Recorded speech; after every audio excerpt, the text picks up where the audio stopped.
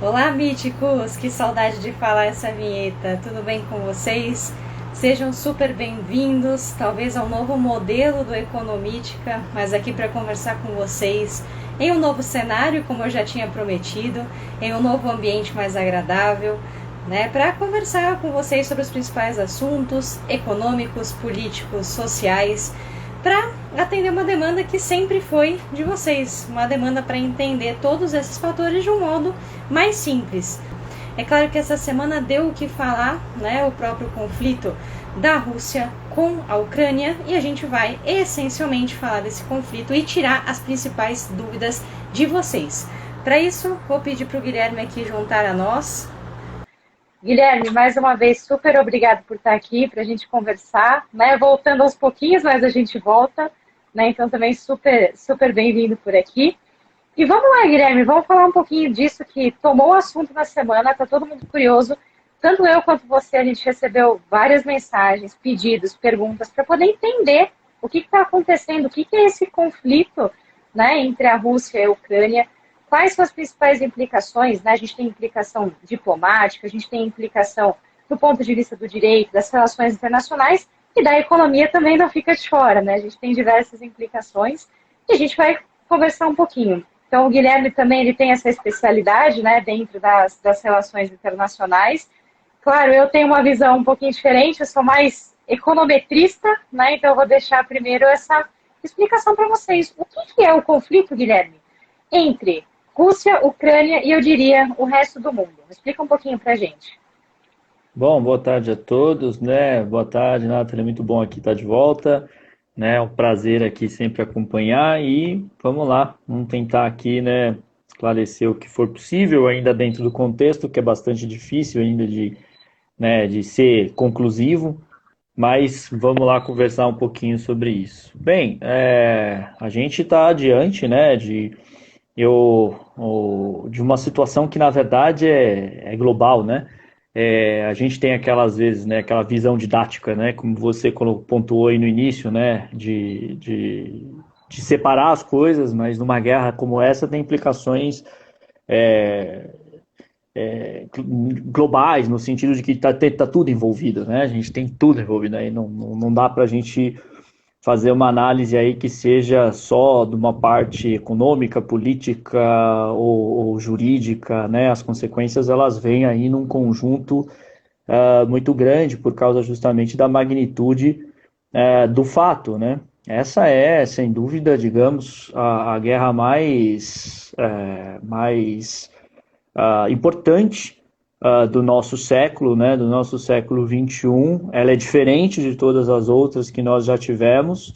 Não dá para comparar ela com as demais, né, porque a gente sempre pode ter aquele raciocínio de que, mas a gente teve várias guerras aqui desde 2000, a gente tem guerras civis sendo travadas no mundo, etc., né, principalmente conflitos existentes no Oriente Médio, na África, mas essa guerra ela é diferente e é uma guerra completamente ilícita, uma guerra completamente legal, completamente ilegítima, travada por um Estado, uma potência, que resolveu simplesmente invadir um país extremamente importante no centro ali do continente europeu, ou seja, é uma guerra que não tem nenhum tipo de embasamento jurídico que a sustente no direito internacional, nem tampouco foi digamos, uma consequência de uma diplomacia. A Rússia fez um teatro diplomático enquanto justamente já tinha praticamente decidida a invasão e simplesmente invadiu, né? A gente sempre tem que lembrar, as guerras que são travadas hoje de maneira lícita, elas são ou autorizadas pelo Conselho de Segurança da ONU ou em legítima defesa. Então, nenhuma dessas duas situações aconteceu. Foi uma agressão da Rússia contra a Ucrânia com a justificativa das mais, aí, digamos, estapafúrdias. A gente sabe de células da extrema-direita que foram, sim, ali desenvolvidas na Ucrânia, principalmente desde a crise de 2013, né, lá na Ucrânia, na Praça Maidan. Tivemos todas as conturbações, né, em relação à Ucrânia, mas que jamais embasariam aí a ideia de que a Ucrânia, na verdade, seria um Estado, né, nazificado. Né? Lembrando que, inclusive, os pais do presidente ucraniano Zelensky morreram no Holocausto. Né? Mas apenas para o pessoal não ficar confuso, né, apesar da nossa brincadeira aqui, eu não quis dizer, gente, que a parte econômica não é importante. Ela, claro que é importante, né, apesar da brincadeira, mas não foi o que levou à invasão da Ucrânia, né? Essa é a questão, isso que eu quis dizer. Não é na verdade, uma guerra travada por uma questão econômica, né? E, em termos econômicos, efetivamente, né, a Rússia ela não precisa, não tem muito a ganhar com a Ucrânia, com o território ucraniano. É uma questão muito mais de geopolítica. Claro que a parte econômica tem implicações, e principalmente em relação às sanções econômicas, que a gente já vai falar daqui a pouquinho. Mas não foi a razão central, justamente, dessa guerra completamente absurda. Né? Mas retomando, como eu havia dito aqui, a invasão, né, do território ucraniano, ela foi uma invasão completamente ilícita e extremamente importante em termos de consequência, porque ela coloca em xeque todo o sistema internacional que foi construído pós-1945. Mas é importante que a gente entenda que essa razão geopolítica tem sim a ver com essa questão da OTAN, ou seja, da OTAN ter sido aí uma espécie, né, ter na verdade avançado na década de 90, que foi uma década muito difícil para a Rússia, que era a Rússia pós-soviética, uma Rússia em crise econômica muito grave, e que teve concomitantemente ali, digamos, todo mundo, né, que for estudar a década de 90 vai se lembrar daquela ideia, né, de o Ocidente venceu, a Pax Americana, os Estados Unidos venceram a Guerra Fria, etc., que de certa forma, né, foi extremamente desmoralizante para aquela União Soviética, aquele império que havia e que desmoronou, acabou desmoronando. E nesse sentido, a OTAN foi se expandindo, além principalmente de França, Alemanha, lembrando que a OTAN é uma organização internacional que tem a sua razão de ser, principalmente logo ali no pós-Segunda Guerra Mundial, para garantir, principalmente para a Europa Ocidental, o exército americano. Ela é uma organização de assistência militar recíproca, ou seja, você ataca um território que é pertencente à OTAN, todos os outros, pelo artigo 5º da Carta da OTAN, todos os outros são obrigados a, em auxílio, reagir e defender aquele território que foi atacado, aquele país que foi atacado. Então, a gente pode ver que, recentemente, os últimos países que entraram na OTAN, Bulgária, Romênia, são os países que estão ali na fronteira com a Ucrânia, ou seja, estão na porta da Rússia. Se a Rússia tem, né, a fronteira ali junto à Ucrânia, a Bielorrússia, né, Belarus, etc., ela tem ali também, muito proximamente, a Bulgária e a Romênia, que fazem fronteira justamente com a Ucrânia. Então, uma das razões que é justamente trabalhada pelos analistas é essa reação, ou seja, essa espécie de reação à expansão da OTAN da própria Rússia, construindo e querendo expandir a sua zona de influência, ou seja, a sua zona de domínio ali naquela região da Eurásia. Ou seja, essa é uma das possíveis razões que levou a essa agressão sem qualquer tipo de justificativa válida do território ucraniano. Qual é a outra possível razão que também é muito aventada e trabalhada, e aí seria uma razão muito mais assustadora e, claro, com consequências muito piores do que essa própria consequência em relação à questão da OTAN? A própria ideia de que o Putin estaria aí querendo reviver o Império Russo e, né, nos moldes de uma pan-Rússia, expandir aquilo que já foi, muito antes, inclusive, da União Soviética, o Império Russo, ou seja, aquilo que, na verdade, era de território da Rússia, todas aquelas repúblicas que foram depois surgindo com a desintegração da União Soviética, e territórios que, bem antes da própria União Soviética, na época da Rússia, né, czarista, pertenciam ao grande Império Russo. Há quem diga, inclusive, de que essa seria, né, na verdade, seria o grande sonho do Putin para entrar nos livros de história da Rússia como o pai da Rússia, né, o refundador da grande Rússia. A gente não pode esquecer que, como eu disse, a década de 90 foi uma década em que a Rússia perdeu muita força política no mundo, em que a Rússia simplesmente teve para si, né, politicamente, uma grande desmoralização, ou seja, seria também esse recobrar dessa majestade da Rússia e justamente o respeito da zona de influência da Rússia em relação ao resto do mundo, contendo o avanço e os interesses dos Estados Unidos e da Europa intimamente ligada com os Estados Unidos desde o final da Segunda Guerra Mundial. Então são duas possibilidades que inclusive não são excludentes, né? Que são inclusive complementares, ou seja, segurar a OTAN, segurar a própria expansão da OTAN e ao mesmo tempo construir uma pan-Rússia. E por que eu falo que talvez essa ideia de pan-Rússia não seja tão assim e tão imaginária, né, na cabeça do Putin? A gente viu que ontem algo muito estranho e assustador foi o fato de que o governo russo se manifestou dizendo que não aceitaria o ingresso da Suécia na OTAN, o ingresso da Suécia e da Finlândia.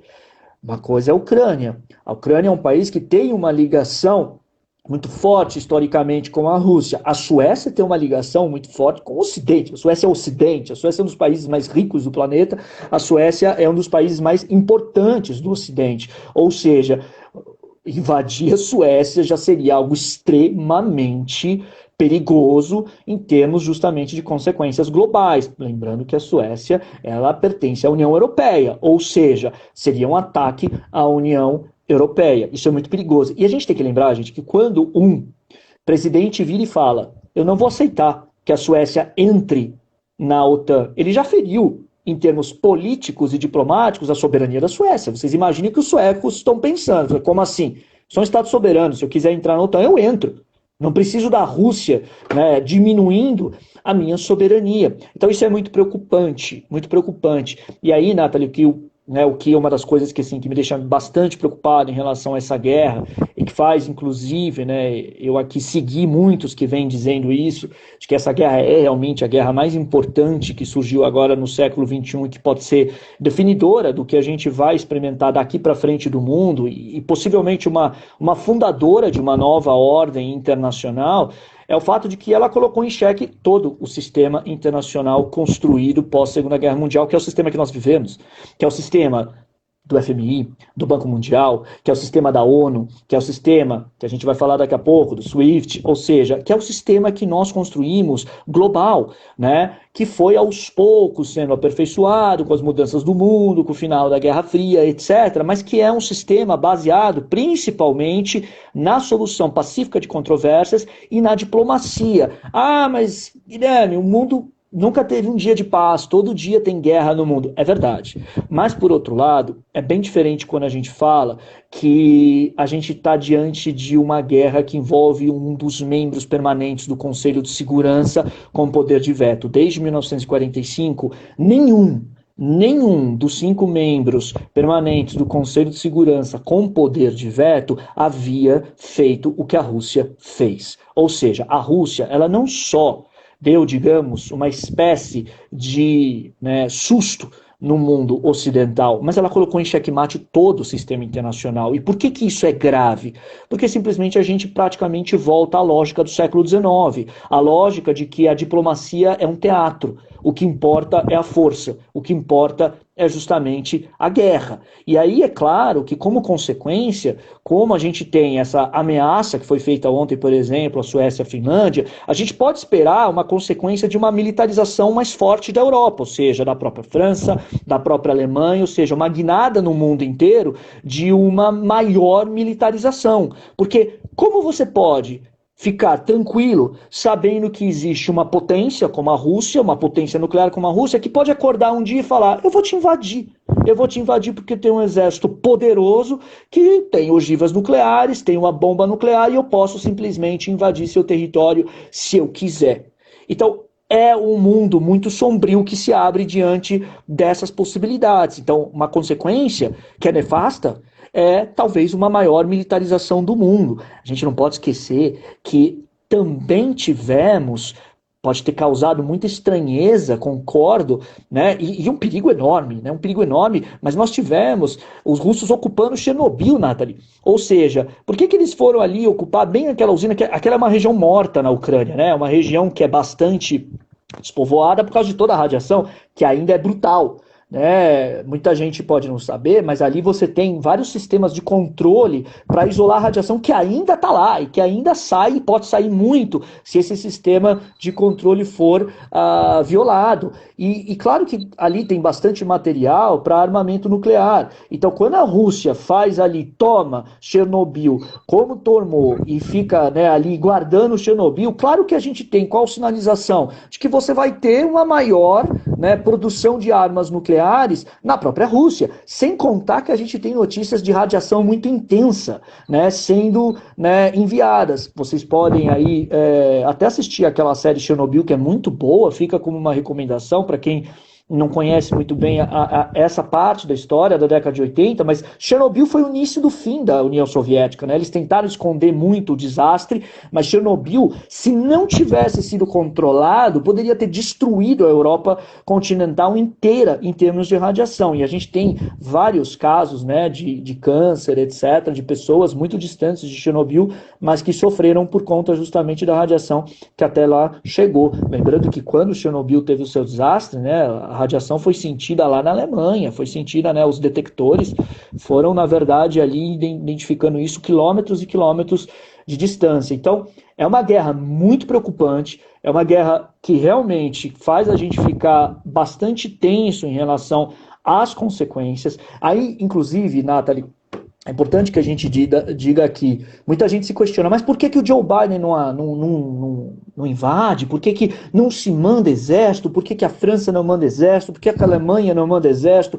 Por que os Estados Unidos não mandam tropas e só ficam nas sanções econômicas? Porque simplesmente a gente tem que também lembrar que a Rússia é uma ditadura, que o Putin é um ditador. Ele pode virar simplesmente falar, amanhã eu quero invadir, amanhã eu não quero invadir. O Putin não tem eleições para enfrentar. Ah, mas tem eleições na Rússia. São todas fraudadas. A gente precisa começar, inclusive, a falar aqui, né, o português claro, né, em relação a isso. Né? A Rússia é uma ditadura, não existe alternância democrática na Rússia. Os protestos, inclusive, que estão acontecendo em várias cidades da Rússia, as pessoas são presas, porque você não tem a liberdade de protestar na Rússia. Nos Estados Unidos, você tem uma democracia. O Biden vai enfrentar uma eleição muito proximamente agora, e, inclusive ele tem uma fragilidade no Senado, ele pode perder o Senado americano, ele tem uma eleição daqui a 3 anos para presidente da República, ele tem um fantasma chamado Donald Trump lá do outro lado, que é alinhado, inclusive, ao Putin, e os outros países da Europa também são democracias, então você não tem a mesma reação, e não somente, quer dizer, não tem a mesma reação no sentido que você tem responsabilidade, você tem um eleitorado, um congresso que tem sim poder e que tem sim que te cobrar, né, da sua prestação de contas. E fora isso, se os Estados Unidos invadem, se os Estados Unidos aceitam esse checkmate russo, ou seja, aceitam essa grande, né, esse grande absurdo russo, os Estados Unidos acabam de jogar no lixo todo o sistema internacional que eles construíram pós-45. Ou seja, é uma situação muito difícil, porque ao mesmo tempo que você tem um povo que está sofrendo, você tem um país que está à beira da ruína, à beira de perder sua soberania e se tornar um estado satélite da Rússia, se tornar mais uma província da Federação Russa com um governo fantoche. Você tem também essa espécie de trade-off, ou seja, essa espécie de custo de que se você aceitar o jogo russo, você simplesmente jogou no lixo toda a Organização das Nações Unidas, você jogou no lixo todas as instituições que foram construídas para evitar a própria guerra. Sempre lembrando, a Carta da ONU, gente, ela começa com um preâmbulo dizendo que a ONU foi criada para livrar a humanidade do flagelo da guerra. Então muita gente fala, mas a ONU não faz nada. Não é assim. É uma coisa muito difícil, é um investimento a longo prazo, de um projeto muito a longo prazo, para que os países não tenham a sua solução de controvérsias desta forma. Por isso que o que o Putin está fazendo é muito grave, porque ele pode, então, dessa forma, destroçar esse sistema e nós voltarmos a um sistema de força que vai provocar uma reorganização do mapa político, do mapa mundial, com praticamente 3 potências e suas zonas de influência, Estados Unidos, Europa, Rússia e a China, que vem assistindo o que está acontecendo com todo cuidado. Lembrando, a China não é aliada do Putin. A China, ela está assistindo de acordo com os interesses dela. Ela está observando o que está acontecendo, porque pode se abrir um precedente tão grave que a China se encoraje de invadir Taiwan, de acabar com Hong Kong, de simplesmente ir para cima no conflito que ela tem das ilhas ali no Mar do Sul da China. Ou seja, isso abre um precedente muito nefasto para que potências possam simplesmente resolver os seus problemas sem se preocupar com a política, sem se preocupar com a diplomacia e simplesmente usar a força. Né? Então, essas sanções econômicas a primeiro prazo é o que acaba, na verdade, sendo possível nesse momento, até que possa acontecer, não sei se é bom isso acontecer sinceramente, mas que possa acontecer um ataque da Rússia a algum país que vai provocar justamente a reação, né, de toda essa aliança militar. Se a Rússia atacar a Estônia, se a Rússia atacar a Lituânia, que pertence à OTAN, se a Rússia invadir a Suécia, que pertence à União Europeia, aí o jogo muda, aí a gente tem, talvez, uma catástrofe batendo na porta da humanidade, como se já não precisássemos de tanta desgraça, tanta tristeza. Né? Fora, Nathalie, para terminar esse raciocínio, porque é tudo muito complexo, que a gente vai ter uma crise de refugiados agora enorme. Né? A gente já tem notícias de mais de 115 mil ucranianos na fronteira com a Polônia, com a Romênia, com a Hungria, ou seja, é mais uma crise grave no mundo de refugiados ucranianos. E, mais ainda, uma surpresa para o Putin, né? E, aliás, né, as coisas estão acontecendo de forma tão inesperada, que o Putin aí ele achava que, digamos, iria tomar Kiev muito rapidamente, isso não aconteceu. Kiev está resistindo, o Zelensky não fugiu, aí a gente pode avaliar e raciocinar a posição do Zelensky, né? A gente tem vídeos que são muito tristes, na verdade, né, do exército ucraniano armando, né, a população civil ucraniana. Eu vi agora um pouco antes, Nathalie, de entrar aqui na live, um vídeo do dia de hoje, né, de jovens ucranianos falando, olha, eu sou estudante, eu sou engenheiro, só que é o seguinte, eu nunca quis entrar numa guerra, nunca quis entrar no exército, mas é minha casa, eu não tenho nada a perder, eu prefiro pegar uma arma aqui e morrer de pé do que simplesmente esperar uma bomba cair na minha cabeça ou eu tomar um tiro aqui do nada, então eu vou lutar. É tudo muito triste ver isso, né? É tudo muito triste, e aí tudo isso por conta, né, dessa posição do Putin em relação a poder político, né, a um poder político e talvez aí um delírio maior de entrar digamos, na história da Rússia como o pai da Rússia, né? É tudo realmente aí muito complicado, muito triste, muito preocupante, porque abre-se uma página sombria para a história e a gente precisa ver o que vai vir pela frente aí, né, Tânia? São fatos, são eventos, são imagens, inclusive, que a gente vê, né, no noticiário muito forte. Acho que o que eu mais me recordo, que mais chocou, assim, porque não tinha a menor necessidade, foi um de um tanque russo, né, praticamente subindo em cima de um carro de um civil, que não teve a chance ali de desviar, né, de desviar a trajetória. E a gente vê que a desmedida, né, dessa proporção entre o exército russo e o exército ucraniano, né, como o Guilherme aqui bem destacou para vocês. Também cheguei a ver esse relato, né, muitos jovens, né, que estavam acostumados com o ambiente de paz. Nós somos acostumados, né, o brasileiro é acostumado com o ambiente de paz, a gente não conhece a guerra, e eles também não conheciam e foram praticamente, né, forçados a ficar ali, né, uma questão de nação, né, de defender a sua pátria, de querer estar ali, né, e o mesmo está se repetindo com todos os jovens, né, todos os jovens estão enfrentando isso. Muitos pais, né, Guilherme, têm fugido. Existe até uma lei, se não me engano, Guilherme, depois me corrija, acho que entre a fronteira da Polônia, que não se pode, né, passar a fronteira para os jovens, tá, maiores de 18 anos, para que, né, eles fujam, eles têm que ficar na Ucrânia para poder defender o país. Né? Então também existe esse conflito, né, por mais interno, né, as pessoas algumas querem fugir, existe medo, né? Todo mundo tem medo, né? É aquele estado, né, que alguns internacionalistas chamam de guerra de todos contra todos. Né? E acho que até do ponto de vista não só da relação entre a Ucrânia e a Rússia, mas de todo o sistema internacional, né? Se vai mudar essa relação que a gente tinha antes estabelecida em 45, agora isso vai mudar, né? Então vai existir essa, que o Guilherme está comentando, vai existir essa fragilidade, vai existir esse medo e essa guerra de todos contra todos, para que as novas forças sejam estabelecidas.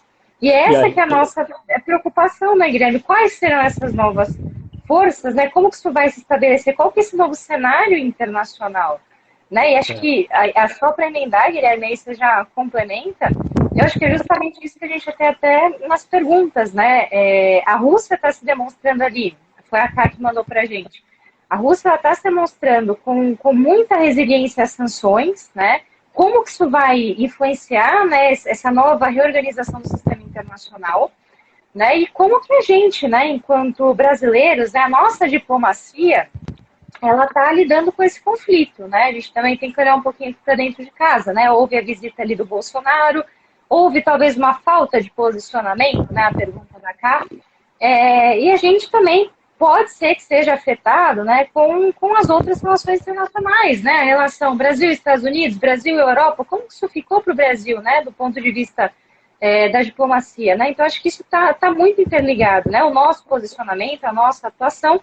E a gente viu, né, a questão da China, né, que foi bem ali colocada também pelo Guilherme, que assusta, né? A gente não sabe qual vai ser a reação chinesa, e a gente sabe ali que também tem um jogo econômico muito forte da parte chinesa, né, pressionando os Estados Unidos, né? Então, os Estados Unidos está um pouquinho ali, a meu ver, encurralado, né, Guilherme, de diversas frentes, né?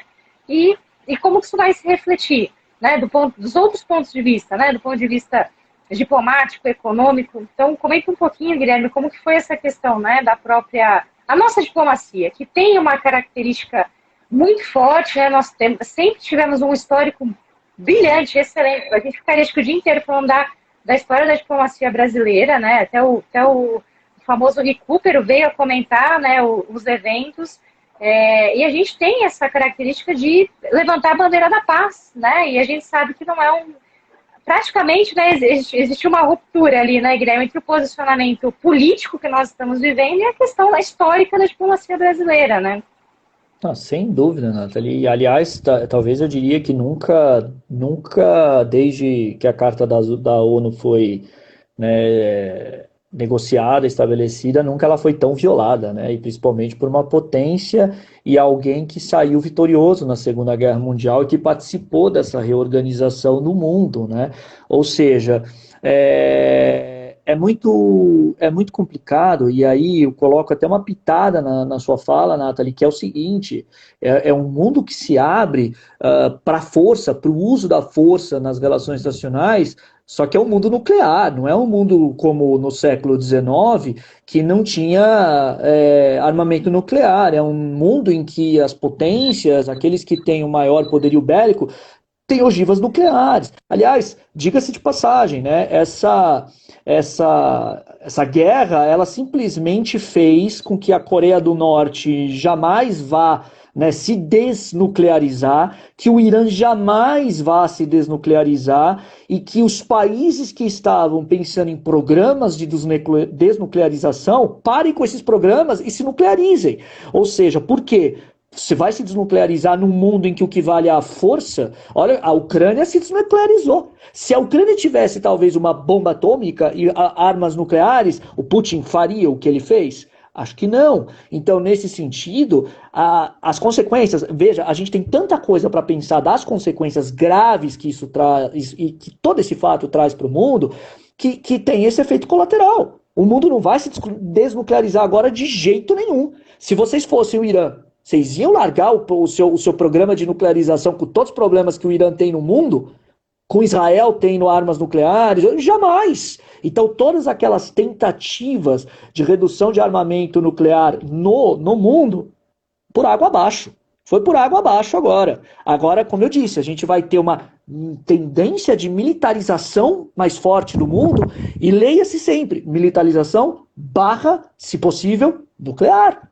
Lembrando que essa guerra além de ser uma guerra traçada juntamente à tradição da guerra com tanques, aviões, uma guerra cibernética também, o que é gravíssimo. A Rússia é uma das, digamos, principais precursoras, né, das fake news, né, da política de desinformação. A gente não pode esquecer, um dos grandes amigos de Vladimir Putin é Steve Bannon. Steve Bannon, que era justamente aquele cara da Cambridge Analytica, que foi o coordenador de campanha de Donald Trump. A Rússia teve sim a ver com a eleição de Donald Trump nos Estados Unidos, enchendo os Estados Unidos de desinformação contra a Hillary Clinton, né? A Rússia tem um sistema de desinformação que é brutal. Esse sistema de desinformação operou em 2013, causando tumulto na Ucrânia, que depois foi resultar na anexação da Crimeia em 2014 de maneira ilícita, ou seja, essa guerra cibernética abre também um grande flanco para a erosão das democracias ocidentais por meio justamente desta disseminação de fake news. Nós somos vítimas disso. Nós somos vítimas. A eleição de Jair Bolsonaro, a gente já está no último ano do governo Bolsonaro, a gente já pode falar com propriedade, né, de um governo desastroso, trágico. A eleição de Jair Bolsonaro foi feita com muita campanha de desinformação, todo mundo sabe disso, né? A gente sabe principalmente que esse mesmo Steve Bannon escolheu Eduardo Bolsonaro como chanceler desta extrema-direita na América do Sul. Me preocupa, Nathalie, sinceramente, né, a ida do Bolsonaro à Rússia antes da invasão, porque muita gente, claro, foi um erro, um baita erro, né, ele vai colher consequências muito ruins, né, por conta de todo o sentimento anti-Rússia no mundo e toda a sensação contra o Putin, né, a Rússia vai passar por um isolamento, né, um isolamento sem dúvida. A gente viu, né, Copa dos Campeões, a final da Copa dos Campeões não vai ser mais em São Petersburgo, né, a FIA, Federação Internacional de Automobilismo, já tirou o Grande Prêmio de lá, provavelmente o Comitê Olímpico Internacional vai punir a Rússia, então a Rússia vai sendo isolada nos esportes, na cultura, etc, e muitos russos estão contra a guerra, não podemos esquecer disso, essa guerra não foi apoiada pela opinião pública russa.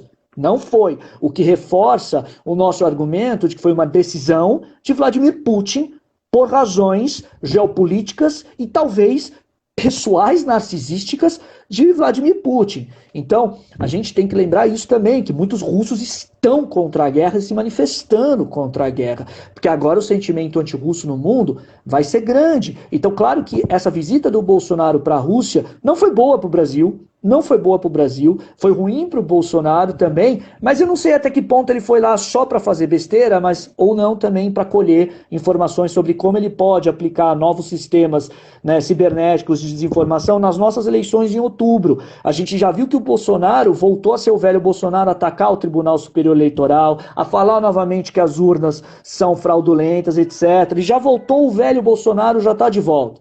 Então, isso é muito preocupante. E isso é muito preocupante não só no Brasil, porque é uma forma que a Rússia muito auxiliou de justamente erodir e enfraquecer as democracias ocidentais por meio dessa guerra cibernética, né? Então a gente tem que lembrar disso. É um mundo muito assustador que se desenha, e eu não estou querendo ser cataclismático aqui, não é nada disso, mas a gente tem que pensar nessas coisas, porque elas são possíveis, né? A gente não está dentro, não, isso não vai acontecer. Não sabemos, pode acontecer. A guerra mudou, além de ser nuclearizada, além da guerra cibernética, é uma guerra de muita modernidade. A gente pode, com um drone, explodir um prédio do tamanho, né, de um hospital gigantesco, uma escola gigantesca, né? Lembrando que, inclusive, alvos civis estão sendo, né, vítimas de ataque na Ucrânia, não só alvos militares, o que é, pelo direito internacional, crime, né? O que é, pelo direito internacional penal, crime de guerra, crime contra a humanidade, tá? Muito dificilmente, numa derrota do Putin, o Putin seria levado ao Tribunal Penal Internacional, porque a Rússia não faz parte do Estatuto de Roma, não faz parte do Tribunal Penal Internacional, mas não deixa de ser classificado como crime de guerra o que está acontecendo hoje na Ucrânia. Então, a gente precisa justamente se preocupar com tudo isso e se preocupar com a gente, se preocupar com as eleições que nós teremos no final do ano e com as consequências, e aí a Nathalie tem muito mais propriedade para falar do que eu, com as consequências econômicas, porque a gente já teve agora, né, um aumento no barril de petróleo, a gente já teve um aumento, inclusive, no gás, talvez os efeitos do Auxílio Brasil, que o governo Bolsonaro contava tanto para dar uma alavancada eleitoral, vão ser neutralizados por causa de tudo isso que vai impactar, né, Nathalie, muito provavelmente na inflação, depois até, né, deixo para você falar disso, que você vai falar muito melhor que eu, sabe muito mais do que eu sobre isso, mas isso tem impacto no mundo inteiro, né? A parte dos impactos econômicos, eles são como a gente pode dizer, globais, né? Ou seja, não dá para você segurar, o efeito vem vindo, né? Até as sanções econômicas, né? A Nathalie bem lembrou do SWIFT, que agora pode ser uma espécie de sanção aí é bem brutal para a Rússia, tirar a Rússia desse sistema de comunicação bancária, né? Os Estados estão estudando, mas vai ter efeito colateral. Vai ter efeito colateral porque a Rússia tem vários contratos com vários países no mundo e a gente tem vários contratos ligados a essas instituições financeiras russas, né? Nathalie, me corrija se eu estiver errado, mas se eu não me engano, a Rússia é o segundo país com mais bancos cadastrados no SWIFT, né? No sistema do SWIFT. Só perto dos Estados Unidos. Só perto dos Estados Unidos. Exatamente, então claro que a gente vai ter um efeito colateral global. A Rússia toma um murro enorme economicamente com isso, mas a gente tem efeitos colaterais no mundo, né? Não vai ser assim, vamos tirar a Rússia, só a Rússia sofre. A gente vai ter consequências, né? Enfim, mas são várias coisas aí que tem que ser pensadas, mas no primeiro momento, as sanções econômicas são as que são possíveis e talvez, né, essa asfixia num curto prazo possa acontecer se essas medidas drásticas acontecerem, né? Nathalie, a gente tem que lembrar que muito tem se dito que o Putin se preparou, que ele tem uma reserva em dólares bem robusta, que ele tem um fundo soberano, principalmente trilionário, mas tem uma coisa também, né? A Rússia não é lá uma economia tão exuberante, né? Ela está lá entre a 12ª economia do planeta e dizem, não sei, Nathalie, aí você pode falar melhor que eu, mas eu vi muitos economistas falando que a Rússia teria, né, aí uma condição de aguentar de 4 a 5 anos com essas sanções agora, ela conseguiria lidar bem. 4 a 5 anos é pouco. É pouco, na verdade, passa muito rápido. Então, assim, para um ditador como Putin, que tende a ser longevo e não sair do poder a não ser com a morte na Rússia, né, 4 ou 5 anos é muito pouco. Então, não sei até que ponto também o Putin sairá vitorioso, e aí uma coisa eu digo, o Putin não pode sair vitorioso. Ele não pode, porque se ele sair vitorioso dessa agressão, é o fim do nosso sistema internacional pós-1945. Eu mesmo, Nathalie, vou ter que mudar minhas aulas de direito internacional, porque vou ter que falar de uma coisa que começou e sofreu um abalo, que pode ser um abalo de morte, né, em uma nova reorganização muito, muito perigosa, com base na própria força, né? E puxando esse gancho, Guilherme, assim, pensar em 4, 5 anos, né? Foi um cálculo que eles fizeram no começo, né, com relação ao início das sanções, né, que foram aplicadas aí, principalmente nos Estados Unidos e Inglaterra, né? Então se faz um cálculo, né? O Putin fez o cálculo, eu diria, irracional, né? Não foi racional. Eu quero invadir porque eu quero invadir. Né? Se você for fazer o cálculo racional, né, do ponto de vista de reserva, talvez, né, assim, aqui conjecturando contra, né? Ele não invadiria, né? Não há recurso suficiente para sustentar eu diria, uma expansão, vamos falar assim, né? Guilherme, entre aspas, da União Soviética, né? Os moldes do que foi. Eu acho que não tem recurso suficiente para isso, do ponto de vista econômico e principalmente das sanções e embargos que está sofrendo. Então, a pauta de exportação russa vai sofrer, está sofrendo já embargos, principalmente nos Estados Unidos, mas o que preocupa muito é a questão do petróleo, porque a Rússia ela é um dos principais países exportadores de petróleo. Isso afeta não é só os Estados Unidos, não é só a Inglaterra, é a escala global. Todo mundo. E a gente vem de uma pandemia com uma escassez de recursos, com um problema de oferta e demanda, né, com os choques inflacionários também em escala global, não é só o Brasil. E o petróleo está aí justamente em tudo que a gente tem na vida. Na face da Terra, a gente usa petróleo para tudo na vida. Não é só os combustíveis, que a gente vai ter isso aqui, já vai acontecer, eu diria, quase que imediato. Aumento de frete, né? Aumento de qualquer insumo que utilize, que são, como eu falei para vocês, praticamente 99% usa o petróleo, vai aumentar. Então, você já vem de um cenário global de alta inflacionária, né? A inflação está estourada no mundo inteiro, tentativas de política monetária, né, que estão sendo frustradas, né, ou seja, a gente está vendo uma escalada de juros, não só no Brasil, mas como no mundo, principalmente com o aperto monetário que o Fed está aplicando. Então, o Fed está segurando ali as rédeas, né, porque foi um efeito da pandemia, e a gente está só somando os fatores, né, é a pandemia, é a guerra, é a inflação, né, e para onde que vai caminhar o mundo, né, e fora. Além disso que o Guilherme estava comentando, foi até uma dúvida de vocês, do próprio SWIFT, que é o sistema internacional.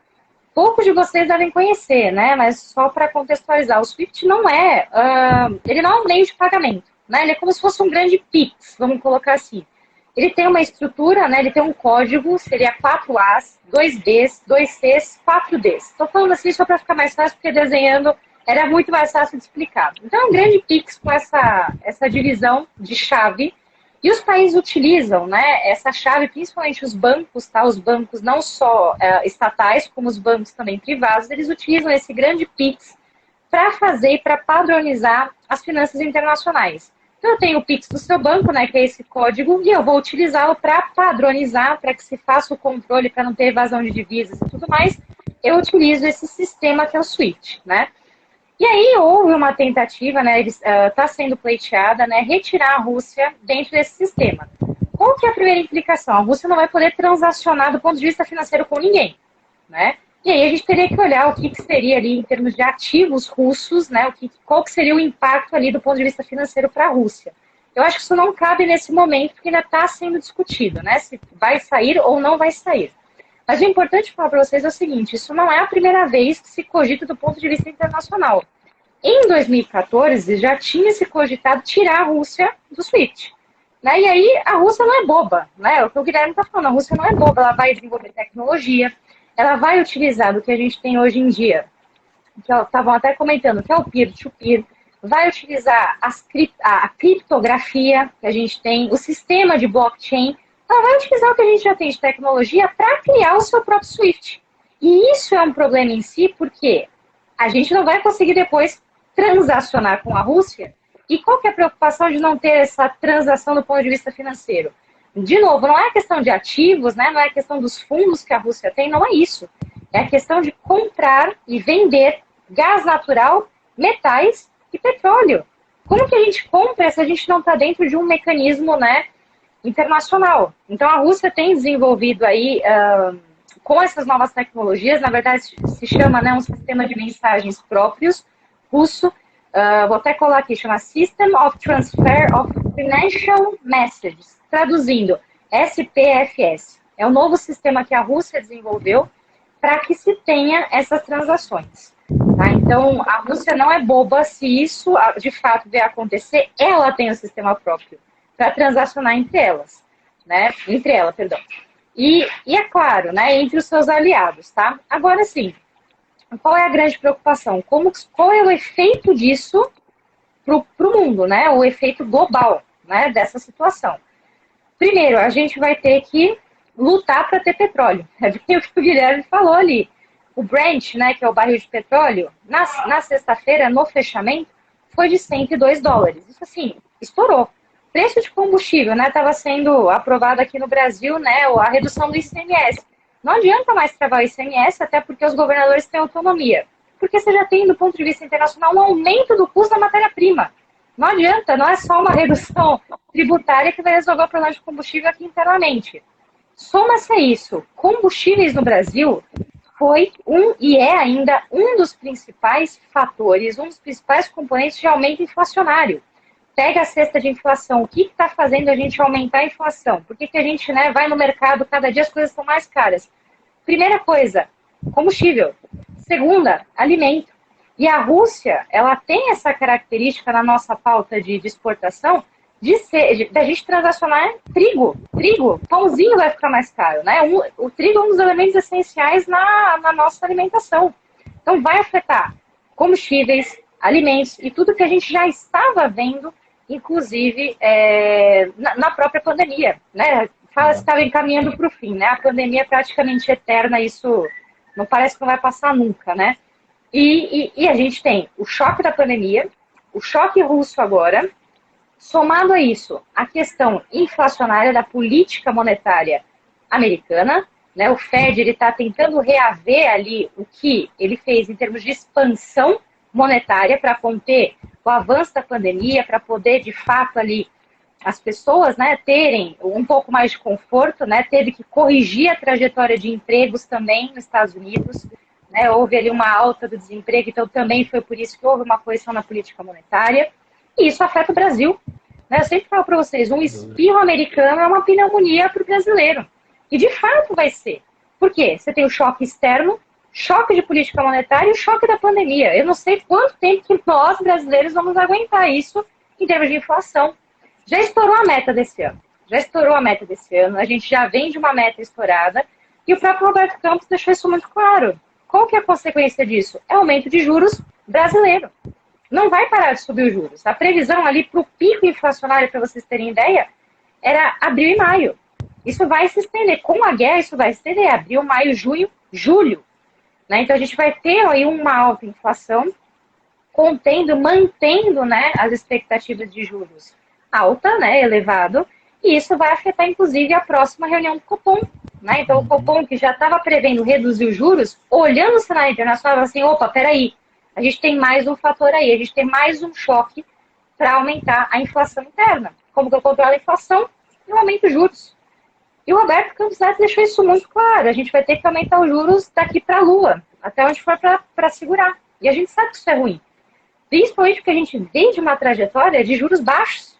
E agora vai reverter totalmente. Né? A gente vai começar a ter juros na Lua.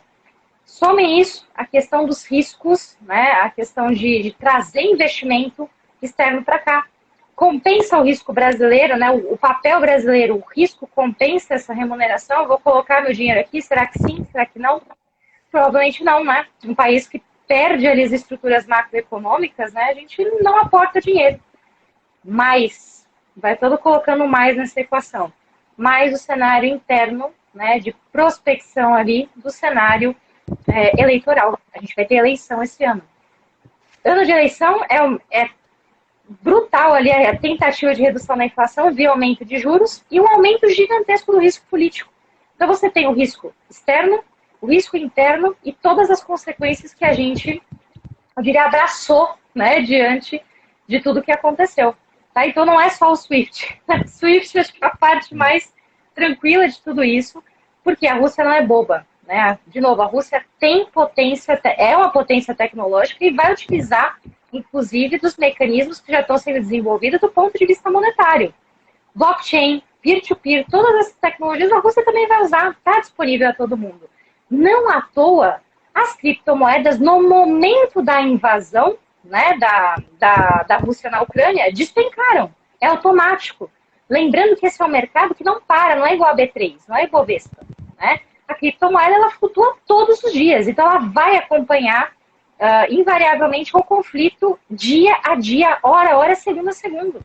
E impacta isso até do ponto de vista tecnológico. É ruim para as criptomoedas, é ruim para tudo, para todo tipo de investimento. Né? Então isso vai ser, as implicações são duras, né? As implicações não são mínimas, né? E só, Guilherme, só para também tirar uma dúvida, não, claro. Inclusive, do ponto de vista de ataques cibernéticos, a gente teve a manifestação do grupo do Anonymous. O Anonymous já decretou guerra à Rússia. Né? Então, um grupo que a gente não sabe a dimensão, né, o tamanho, já decretou guerra cibernética para a Rússia. Será que vai ser só esse pequeno grupo? Terão outros? Como que vai se dar, né, essa relação tecnologia, moedas digitais e o impacto financeiro global, que aí sim é o SWIFT. E pra gente é o que eu falei, né? A perspectiva brasileira, infelizmente, meninos, não é das melhores. Não é das melhores. A gente vai ter aí pelo menos 3 choques que a gente vai ter que lidar bastante. E de um jeito duro. Jeito duro, aumenta a taxa de juros. Não tem jeito.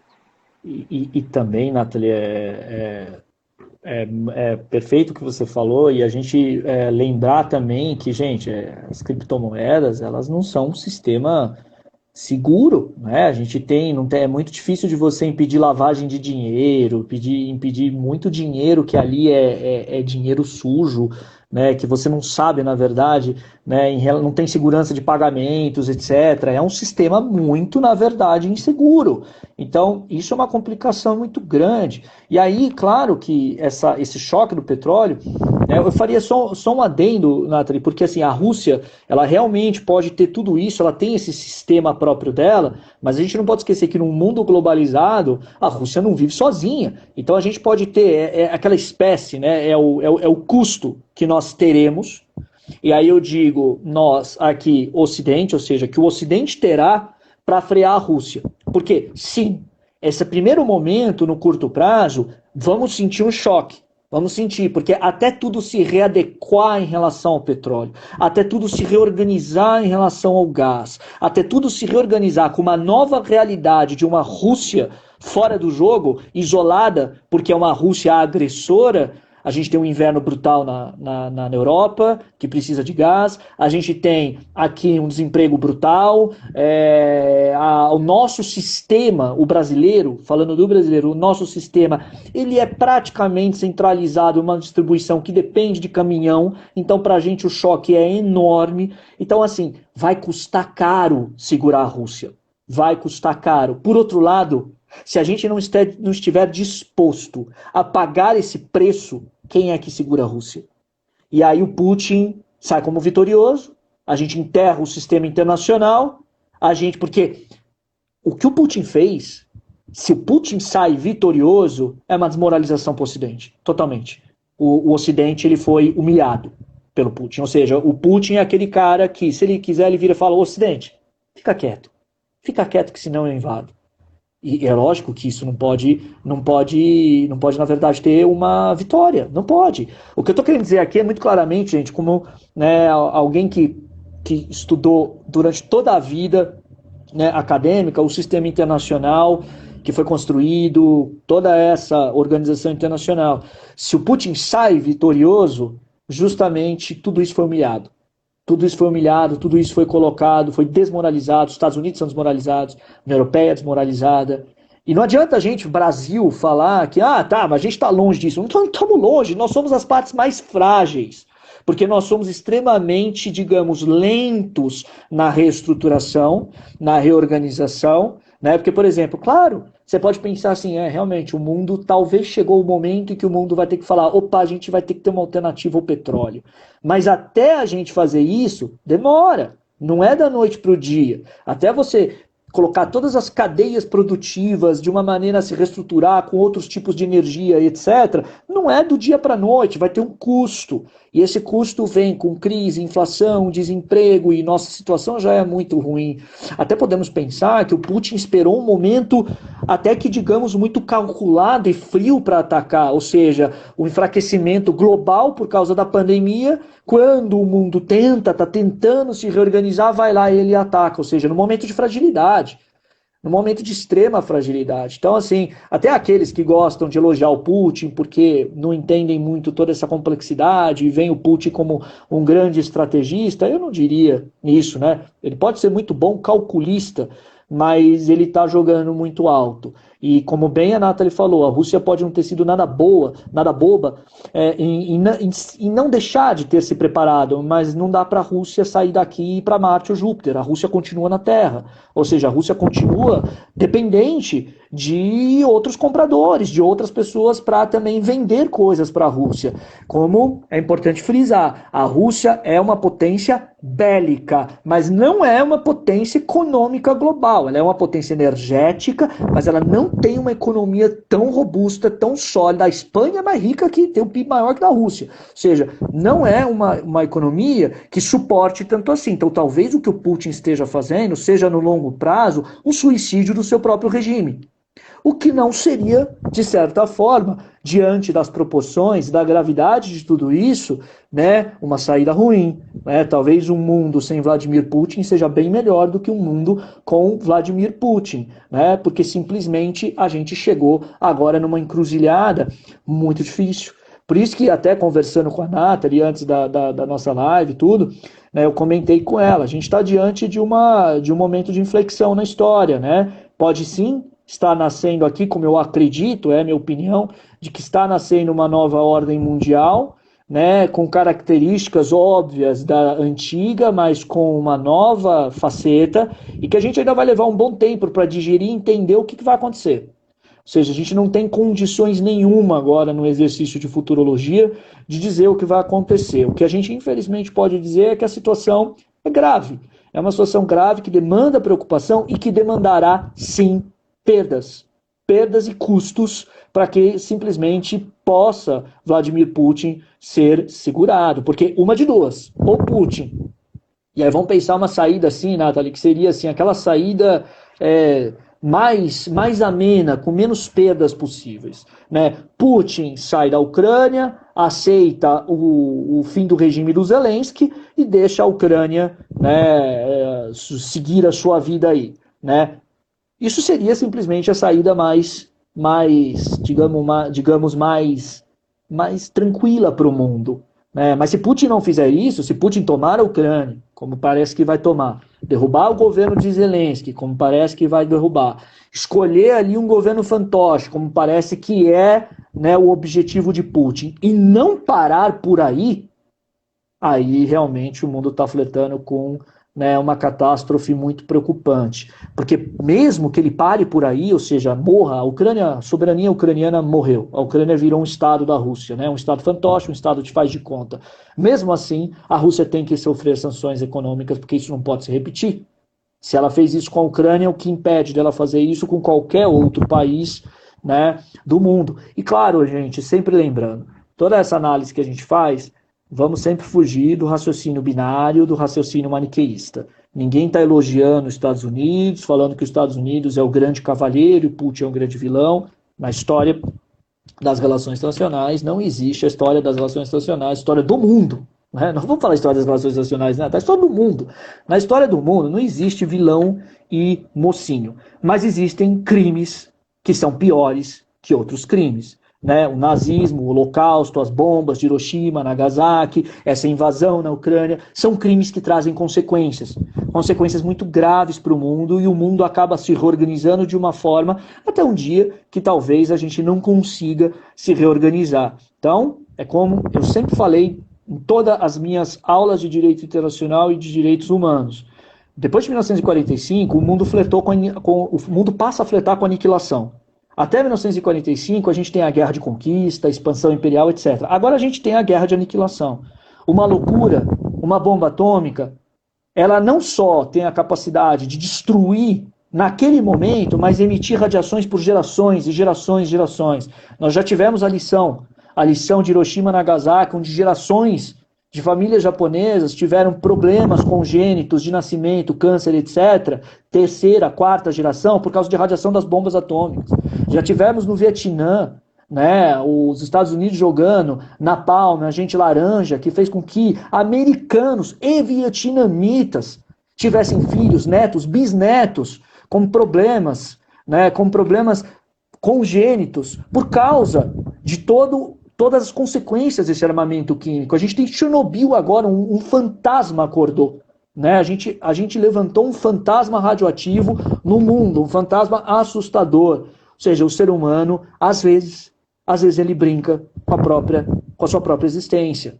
Né? E às vezes, absurdamente, por causa da vaidade de alguém que quer se tornar o pai da Rússia, ou acha simplesmente que pode ser um grande imperador imortal, longevo, a ser imortalizado na história. Né? Só, entre parênteses aqui, para encerrar essa fala, Nathalie, não é fofoca, mas há quem diga, sim, analistas, inclusive muita gente na Europa tem escrito sobre isso, que pessoas próximas ao Putin têm dito que nesses anos de pandemia o Putin piorou em termos de paranoia, né? Que o Putin meio que ele está passando por um processo de stalinização, no sentido do que o Stalin passou. O Stalin, quem conhece a história do Stalin, pessoal, quem não conhece, dá uma olhada, vale a pena. O Stalin, ele era completamente paranoico. No final da vida dele, as pessoas próximas a ele tinham medo, né, de simplesmente falar uma coisa atravessada para ele, porque senão ele mandava matar, porque ele achava que todo mundo ia trair ele. Tanto que isso é verdade, quando Stalin morreu, né, ele sofreu um infarto, ninguém quis salvar ele, ninguém quis socorrer ele, porque muita gente falou, se eu socorrer, o cara me vê, achar alguma coisa. Na verdade, todos ali deixaram que ele morresse. Né?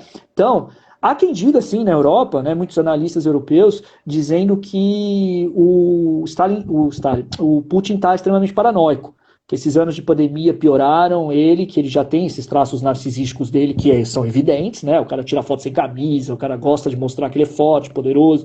Ele tem episódios que são muito assim esquisitos, como quando de uma visita da Angela Merkel na Rússia. A Angela Merkel, todo mundo sabe, ela tem uma certa fobia, um certo medo de cachorro, porque ela teve uma história na vida dela que ela não foi feliz né, com nossos amiguinhos caninos, e ele fez questão de receber a Angela Merkel com um cachorro, né, ou seja, com um cachorro do lado dele. Então, o Putin é um cara, e claro, não estou falando que o Biden é bonzinho, que o Olaf Scholz é bonzinho, que o Macron, ninguém está falando isso. Mas o Putin é um cara que resolveu invadir um território sem a menor tipo de justificativa. A gente pode pensar, existem guerras que são motivadas pela legítima defesa, existem guerras que são motivadas por agressões. Essa foi uma guerra de escolha. Ele escolheu invadir, ele determinou que ele invadiria, ponto final. Só para a K. Martins aqui falou, será que estamos diante de um novo Hitler?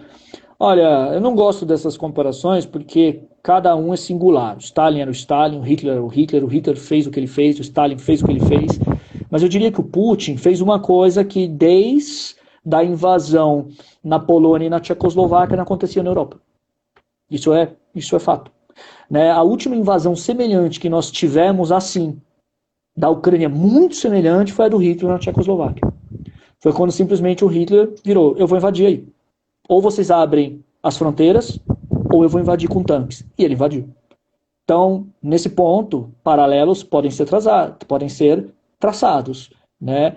Cada um é cada um teve aí sua história e suas consequências. Mas só para fechar aquela ideia, né, é sempre perigoso a gente traçar esses paralelos, né? Claro, a história ela nos ajuda muito em muitas coisas, mas eu sou totalmente contrário àquelas expressões quase que até consagradas, né, no ideário comum de que a história é cíclica, a história se repete, a história é linear, é uma progressão é um progresso, né, aos trancos e barrancos, né, tem essa visão, né, a visão linear e a visão cíclica, né, de que ela vai se repetindo ou ela é, né, um avanço. Eu acho que nenhuma dessas duas está correta. Na verdade, a história ela é algo para nós tentarmos construir um futuro, mas o futuro ele não é nem linear, nem progressivo, nem cíclico, né?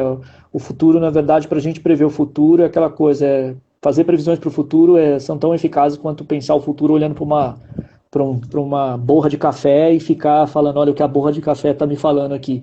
A gente não sabe, né? As coisas são muito incertas e elas podem realmente mudar, né? E muitas coisas aí terem que ser reinterpretadas. Então a gente consegue sempre analisar a radiografia do hoje e do passado e tentar pensar o que pode ser o amanhã. Mas de qualquer maneira, né, digo isso porque uma coisa para mim hoje é certa, não sei se isso vai acontecer, não sei se acontecendo como vai acontecer, mas uma coisa é certa, né, o Putin não pode sair vitorioso dessa empreitada. Né? O Putin, o que ele fez é inaceitável, é inadmissível em termos de relações internacionais, de geopolítica, e é inadmissível, né, para aquelas pessoas que prezam um mundo que busca um pouco, mesmo que ingenuamente, mesmo que de maneira utópica, mas que busca um dia, quem sabe, ter um pouco de paz. Né? O que o Putin traz é uma mensagem terrível, é uma mensagem de ameaça, a guerra, a violência.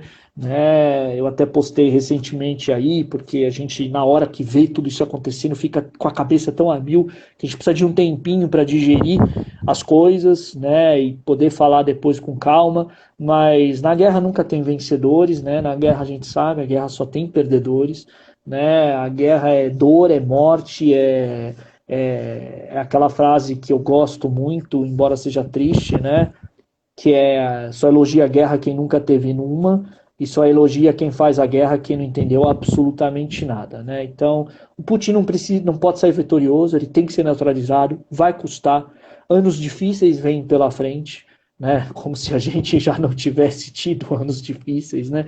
Ou seja, anos duros vêm pela frente, mas anos que deverão ser enfrentados e espero que sejam enfrentados com inteligência, com calma, né? Com um pouco aí de paciência também e, por que não, sonhar, né, com solidariedade também, né? Nós estamos num momento histórico que é definitivo na história do Brasil e aqui, desculpa, gente, não estou adotando nenhum político em termos de eleição. Eu só estou dizendo que o presidente Bolsonaro não pode continuar.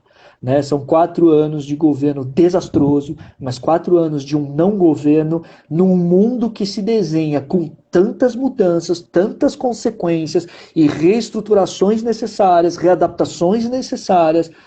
Um presidente desse não vai nos levar a lugar algum. Né? Como a gente pode depois conversar quando houver mais tempo, Nathalie, mas o mundo vai passar por uma transformação econômica daqui para frente. A gente vai ter que assistir todas essas consequências que são e vão acontecer, né, para a economia global com essa invasão na Ucrânia e fora toda a questão geopolítica que está se alterando, vai se alterar e realmente a gente precisa ver aonde a gente vai chegar e que mundo a gente quer construir. Mas esse mundo que o Vladimir Putin desenha não é o mundo que se desenhou lá no preâmbulo da Carta da ONU, que foi justamente, né, onde a guerra nos levou. A gente não quer mais chegar lá, mas a guerra voltou a nos assustar.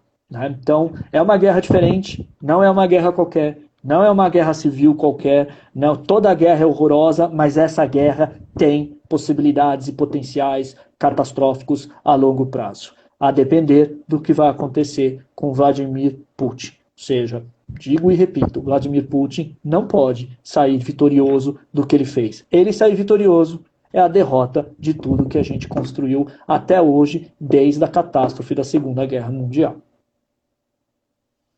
Então é isso, né, gente? Tipo, só pra fiquem bem, né? Continuem, acompanhem, porque a gente vai ter que digerir muita coisa. Só para não fechar com uma coisa tão ruim assim, né? Tentar um pouquinho de esperança aí, né? Vamos ter esperança. A gente terão outros episódios, né? Terão outras discussões. Quero mais uma vez agradecer a todos vocês pelo carinho sempre, por todos estarem aqui perguntando, né? De novo, a gente está sempre à disposição de vocês. Obrigado sempre por compartilharem e compartilhem, chamem os amigos aqui para assistir o Economítica. As lives sempre disponíveis, tanto aqui como no YouTube. E Guilherme sempre participando aqui com a gente. Mais uma vez, super obrigado e sempre será bem-vindo, Guilherme.